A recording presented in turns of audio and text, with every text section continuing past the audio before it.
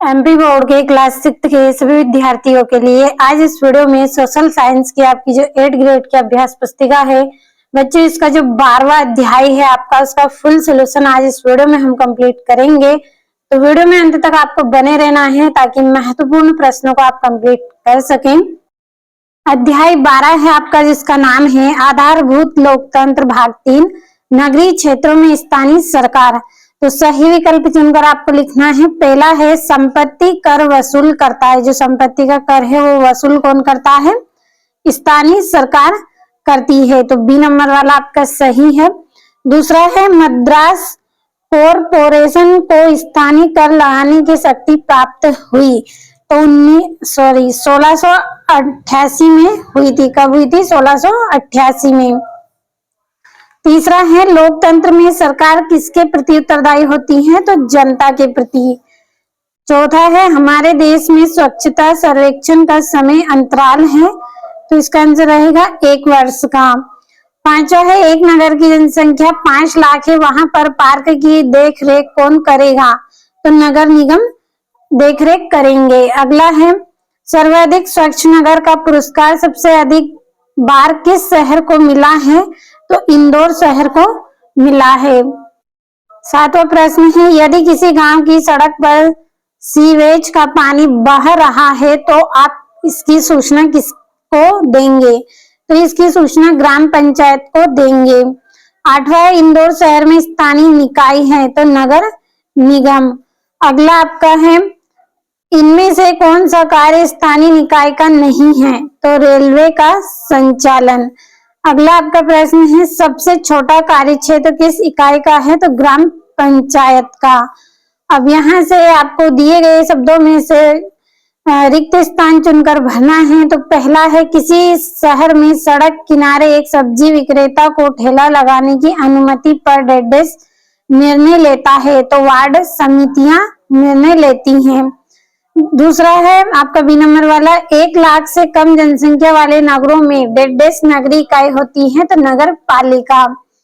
सी वाला है स्वास्थ्य शिविर का आयोजन करने में स्थानीय स्तर पर सर्वाधिक सहायक होती है, तो नागरिक सहायक होती है। अगला है कचरा संग्रहण गाड़ी में सूखा कचरा डेडेस रंग के डिब्बों में डाला जाना चाहिए, तो नीले रंग के डिब्बों में। अगला है नगर पालिका को डेडेस भी कहा जाता है, तो म्यूनिसिपल कहा जाता है। क्या कहा जाता है? म्यूनिसिपल। अगला है ग्रामीण परिवेश की तुलना में नगरीय परिदृश्य समानता अधिक डेडेस होता है, तो नियोजित होता है। अगला इंदौर नगर निगम द्वारा दी जाने वाली सेवाओं के संबंध में CRM का पूरा नाम डेडेस है, तो DG सिटीजन रिलेशनशिप मैनेजमेंट। क्या है? सिटीजन रिलेशनशिप मैनेजमेंट इसका पूरा नाम है। अगला आपका है यह सुनिश्चित करना डेडेस का कर्तव्य है कि स्थानीय निकाय कुशल तरीके से अपना क्या कर रही है? निर्वाचन कर रही है। अगला है नगरीय स्थानीय निकाय में नागरिकों का प्रतिनिधित्व करने वाले सदस्य जनता के द्वारा डेडेस होते हैं, तो निर्वाचित होते हैं। अगला अधिकांश नागरिकों के मतों में भिन्नता हो सकती है, लेकिन लोकतंत्र का मूल विचार यही है कि प्रत्येक डेडेस का मत महत्व रखता है, तो इसका रहेगा वोट। अब आपके अति लघुत्तरीय प्रश्न है अग्निशमन दस्ता का संचालन शहरी क्षेत्र में कौन करता है? तो नगर निगम करती है इसका संचालन। दूसरा है आपके क्षेत्र की समस्याओं का निदान करने में किस तरह की सरकार सबसे अधिक उपयुक्त है? तो स्थानीय स्तर की सरकार। अगला है सुशासन का क्या उद्देश्य है? तो जनता को पारदर्शी, जवाबदेह और प्रभावी शासन देकर उनका कल्याण करना। अगला है कचरे के हरे डिब्बे में कैसा कचरा डालना चाहिए? तो हरे डिब्बों में गीला एवं जैविक कचरा डालना चाहिए। अब अगले प्रश्न की ओर बढ़ते हैं। 5वां प्रश्न है आपका महानगर निगम किसे कहते हैं? तो 10 लाख से अधिक जनसंख्या वाले नगरों को सर्वोच्च नगरीय निकाय को महानगर निगम कहते हैं। किसे? जिसमें 10 लाख से अधिक जनसंख्या वाले नगर को सर्वोच्चता नगरीय निकाय को महानिगम कहते हैं। अगला है नगर पालिका के गठन के लिए कितनी जनसंख्या होनी चाहिए? तो 1 लाख से 10 लाख तक की जनसंख्या वाले नगरों में नगर पालिका का गठन होता है। किससे? 1 लाख से 10 लाख तक की जो जनसंख्या वाले नगर हैं उसमें नगर पालिका का गठन होता है। सातवां, भोपाल शहर में स्थानीय निकाय के रूप में नगर पालिका का गठन क्यों नहीं किया गया है? क्योंकि भोपाल की जनसंख्या 10 लाख से अधिक है, इसलिए वहां नगर निगम है। कितनी है वहां पे जनसंख्या? 10 लाख से अधिक है, इसलिए वहां पे नगर निगम है। अगला है अनीता ने अपने नगर को समीर के गांव से भिन्न क्यों बताया है? जो समीर का गांव है उससे अलग बताया है। क्यों? क्योंकि नगर व्यस्त भीड़ भाड़ वाला और कोलाहल से भरा होता है, जबकि गांव अपेक्षाकृत शांत होता है। जो शहर है उसमें बहुत ज्यादा लोग रहते हैं, वाहन चलते हैं तो अधिक शोर होता है, जबकि जो गांव है वो इससे शांत रहता है क्योंकि वहां पे इतने साधन और इतनी भीड़ भाड़ वहां पे नहीं होती है। अगला है इस अध्याय में से ऐसे 3 नगरों का नाम लिखिए जहां पर स्थानीय निकाय के रूप में महानगर निगम कार्य कर रही है। तो चेन्नई, इंदौर और मुंबई। क्या रहेगा? चेन्नई, इंदौर और मुंबई। 10वां प्रश्न है आपका, CRM का पूरा नाम लिखिए। तो सिटीजन रिलेशनशिप मैनेजमेंट इसका पूरा नाम है। अब लघु प्रश्न, सहभागी लोकतंत्र का मुख्य विचार क्या है? तो नगरों की शासन और निर्णय प्रक्रिया में सक्रिय भागीदारी। अगला आपका है, स्थानीय निकाय के संदर्भ में वार्ड किसे कहते हैं? तो नगर या कस्बे की छोटी छोटी प्रशासनिक इकाइयों को वार्ड कहते हैं। किनको? जो नगर या कस्बे की छोटी छोटी इकाइयां होती हैं उनको प्रशासनिक इकाइयों को वार्ड कहते हैं। अगला है नगरीय स्थानीय निकाय किसे कहते हैं? तो नगरीय क्षेत्रों में स्थानीय शासन की संरचनाओं को नगरीय स्थानीय निकाय कहते हैं। तो ज्यादा एक्सप्लेन आपको मैं नहीं कर रही हूँ क्योंकि वीडियो ज्यादा लॉन्ग आपका रहेगा, तो आपको अच्छे से इनको पढ़ लेना है। एक दो बार आप पढ़ेंगे तो कंप्लीट कर लेंगे। अगला है भारत की सबसे पुरानी नगर निगम संस्था कौन सी है और यह कब स्थापित की गई थी? तो मद्रास कॉरपोरेशन 29 सितंबर 1688 को स्थापित हुआ था। कब हुआ था? 29 सितंबर 1688 को स्थापित हुआ था ये। 5वां है वार्ड समिति और ग्राम पंचायत में क्या समानताएं हैं?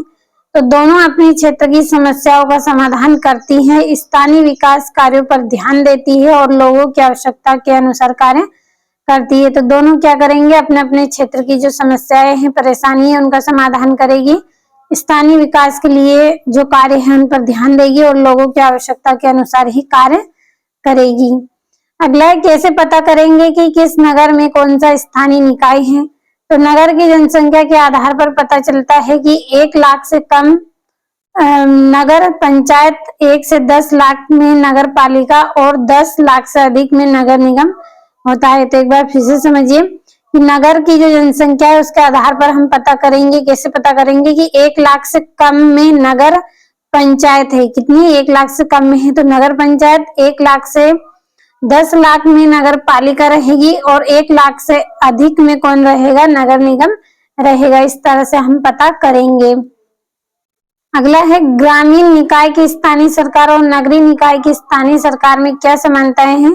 तो दोनों अपने क्षेत्र की समस्याओं का समाधान करेगी, स्थानीय विकास कार्य करती हैं तथा पेयजल, सफाई और नालियां जैसी मूलभूत सुविधाओं की व्यवस्था करती हैं। दोनों अपने क्षेत्र की समस्याओं का समाधान करेंगे और स्थानीय विकास के लिए जो कार्य है वो करेंगे, जैसे पीने के पानी की व्यवस्था करना, सफाई की व्यवस्था करना, नालियां बनाना आदि व्यवस्थाओं को ये व्यवस्था में बनाए रखेंगे। अगला है शहरों में भी सामुदायिक भावना होती है। इस पाठ में दिए गए उदाहरण से समझाइए। तो संकट या आपदा के समय शहर के लोग एक दूसरे की सहायता के लिए आगे आते हैं, इससे शहरों में भी सामुदायिक भावना दिखाई देती है। जब आपदा आती है, कोई मुसीबत पड़ती है तो शहर के लोग हैं वो भी क्या करेंगे? एक दूसरे की मदद करेंगे। अगला है वार्ड समिति किन किन समस्याओं पर ध्यान देती है? कोई 3 समस्या लिखिए। तो पहली है स्वास्थ्य संबंधी समस्या पर ध्यान देते हैं, दूसरा सफाई और कचरे की समस्या पर, तीसरा है एकल उपयोग वाले प्लास्टिक की समस्या पर। ये 3 समस्याएं हैं आपकी, कंप्लीट अच्छे से करें। अगला प्रश्न है, भारत में विकेंद्रीय शासन व्यवस्था है, इसके पक्ष में कोई एक तर्क आपको देना है। तो शासन के अधिकार केंद्र से राज्य और स्थानीय तक बांटे गए हैं। जो शासन के अधिकार है वो केंद्र से राज्य और राज्य से कहां पे, स्थानीय स्तर तक बटे गए हैं। अगला है आपका दीर्घोत्तरी प्रश्न, नगरीय स्थानीय निकाय की आय के कोई 5 स्रोत लिखिए। तो पहला है संपत्ति कर, दूसरा है जल शुल्क, तीसरा है व्यापार लाइसेंस शुल्क और चौथा है विज्ञापन शुल्क और पांचवा है सरकारी अनुदान। अगला आपका है, ग्रामीण क्षेत्र की तुलना में नगरीय शासन अधिक जटिल क्यों होता है। तो नगरों में अधिक जनसंख्या और अनेक प्रकार की समस्याएं होने के कारण नगरीय शासन अधिक जटिल होता है। जो नगर है उसमें अधिक जनसंख्या रहेगी और अनेक प्रकार की समस्याएं भी रहेगी, इसी कारण से नगरीय शासन अधिक जटिल होता है। अगला है, एक जागरूक नागरिक के क्या कर्तव्य होते हैं। तो जागरूक जो नागरिक है वो कानून का पालन करता है, मतदान करता है। क्या करेगा, जो कानून के नियम है उसका पालन करेगा और मतदान भी वहां करेगा। और इसका अधूरा आपका प्रश्न रह गया है, मतदान करों का भुगतान करता है, स्वच्छता रखता है और स्थानीय समस्याओं के समाधान में सहयोग ये करता है। अगला है, भारत में प्रशासनिक व्यवस्था को इस अध्याय में दिए गए पिरामिड के आधार पर समझाइए। तो भारत में प्रशासनिक व्यवस्था के लिए 3 स्तर हैं, स्थानीय सरकार, राज्य सरकार और केंद्र सरकार। स्थानीय सरकार सबसे नीचे और केंद्र सरकार सबसे ऊपर होती है। अगला, कचरे के पृथक्करण के संबंध में यदि नागरिक अपने कर्तव्य का पालन नहीं करते हैं तो क्या समस्या उत्पन्न हो सकती है। यदि नागरिक कचरे को अलग अलग नहीं करते तो गीला और सूखा कचरा मिल जाता है, इससे गंदगी और दुर्गंध फैलती है तथा बीमारियां और पर्यावरण संबंधी समस्याएं बढ़ती हैं। तो आज इस क्लास में मैंने आपको सामाजिक विज्ञान का पार्ट 12 अच्छे से कंप्लीट करवाया है। आपके पास जो पुस्तक हो उसमें आपको आंसर को नोट कर लेना है और अच्छे से कंप्लीट कर लेना है।